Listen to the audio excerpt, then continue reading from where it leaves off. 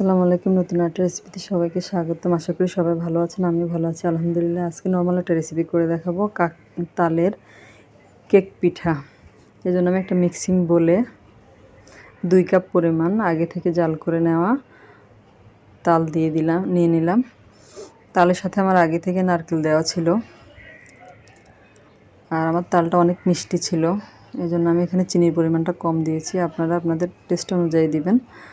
আমি এখানে 4 টেবিল চামচ চিনি দিয়েছি।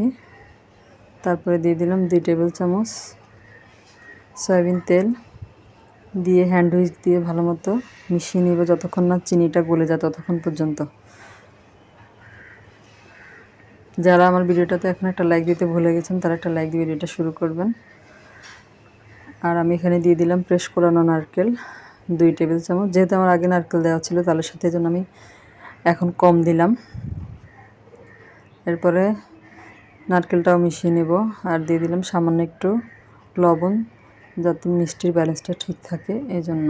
আর একটা স্ট্রেনার দিয়ে এখানে আমি 2 কাপ তালের সাথে 1.5 কাপ চালের গুঁড়া দিয়েছি। আপনারা চাইলে এখানে ময়দা দিয়ে বানাতে পারবেন, আটা দিয়ে বানাতে পারবেন। তারপরে এখানে দিয়ে দিলাম 1/2 চা চামচ বেকিং পাউডার দিয়ে সব কিছু একসাথে ভালো মতো মিশিয়ে নেব। আমার ব্যাটারটা মনে হয়েছিল যে একটু ঘন হয়ে গিয়েছে, এই জন্য আমি অফ ক্যামেরায় আরও 1/2 কাপ তাল এখানে মিশিয়ে নিয়েছি, সেটা আপনাদেরকে আমি দেখাইনি।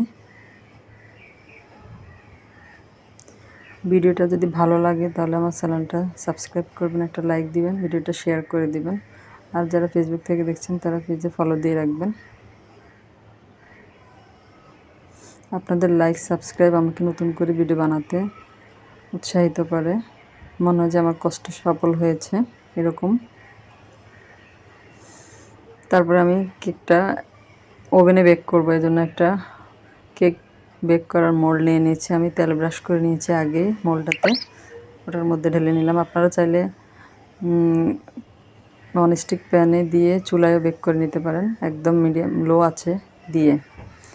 তারপরে আমি এটা সুন্দর মতো সেট করে নিব মোল্ডটার ভিতরে। আর ওভেনটা আমি 10 মিনিট ফ্রি হিট করে নিয়েছি। 10 মিনিট ফ্রি হিটেড ওভেনে আমি এটা 45 মিনিট বেক করে নিব। এরপরে আমি এখানে এরকম নারকেল টুকরো করে নিয়েছি, ওটা দিয়ে দিলাম, আর সাথে একটু কিশমিশ দিলাম উপরে। এটা না দিলেও হবে, আমি দেখতে সুন্দর দেখানোর জন্য দিলাম। আর নারকেল দেওয়ার কারণে খেতে একটু ভালো লাগবে এই কারণে। 45 মিনিট পর আমার কেকটা হয়ে গিয়েছে, আমি আপনাদেরকে দেখাচ্ছি। এখনও গরম আছে, ভালো মতো ঠান্ডা হয়নি।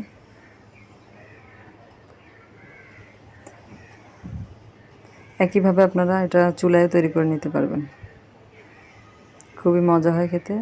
কেটে আপনাদেরকে আমি দেখাচ্ছি, এই যে অনেক মজা হয়েছিল কেকটা খেতে। আপনার বাসায় এভাবে ট্রাই করবেন। আজ এ পর্যন্তই, আল্লাহ হাফেজ।